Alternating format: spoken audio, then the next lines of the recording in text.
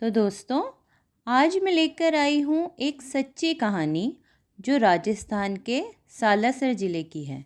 तो सुनते हैं आज की कहानी। एक बच्ची को वृंदावन धाम जाना बहुत अच्छा लगता था। वहाँ जाकर वो बांके बिहारी को निहारती रहती। धीरे धीरे वो बड़ी हो गई, शादी हो गई, बच्चे हो गए, बच्चों की भी शादी हो गई, लेकिन वो वृंदावन धाम जाती रही। लेकिन जब वो बूढ़ी हुई तो उसके शरीर में बीमारी हो गई। अब वो बार बार वृंदावन धाम नहीं जा सकती थी। तो वहाँ से एक लोहे के लड्डू गोपाल की मूर्ति ले आई और रोज़ घर पर ही उसकी सेवा करती। अपने कमरे से उनकी मूर्ति बार बार निहारती रहती। एक दिन की बात है, जन्माष्टमी के दिन उसकी तबीयत कुछ ज़्यादा ही खराब हो गई। वो बिस्तर तक से नहीं उठ पा रही थी।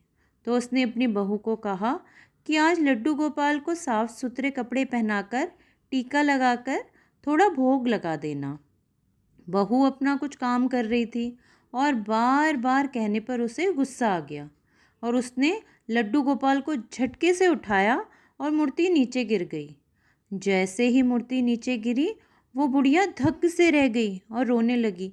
अरे, ये क्या कर दिया, जल्दी डॉक्टर को बुलाओ। और वो चिल्लाने लगी। सुनकर गांव के लोग सारे के सारे इकट्ठा हो गए और उसके बेटे से पूछा कि क्या हो गया।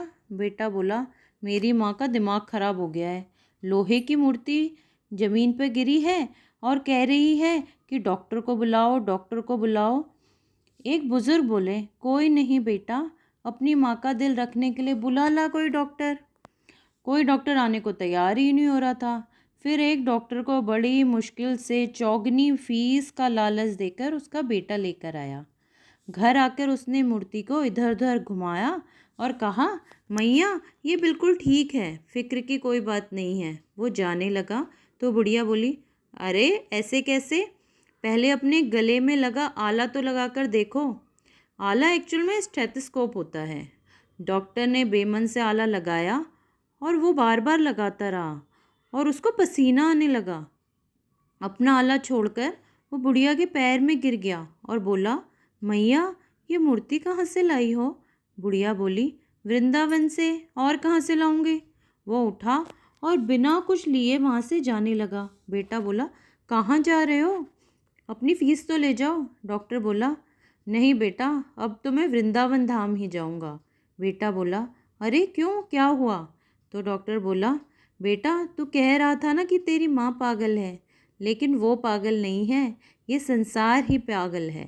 क्योंकि जब मैंने आला लगा कर देखा तो मूर्ति का दिल धड़क रहा था, क्योंकि मूर्ति में प्राण थे। आपके भी रोंगटे खड़े हो गए ना ये सुनकर।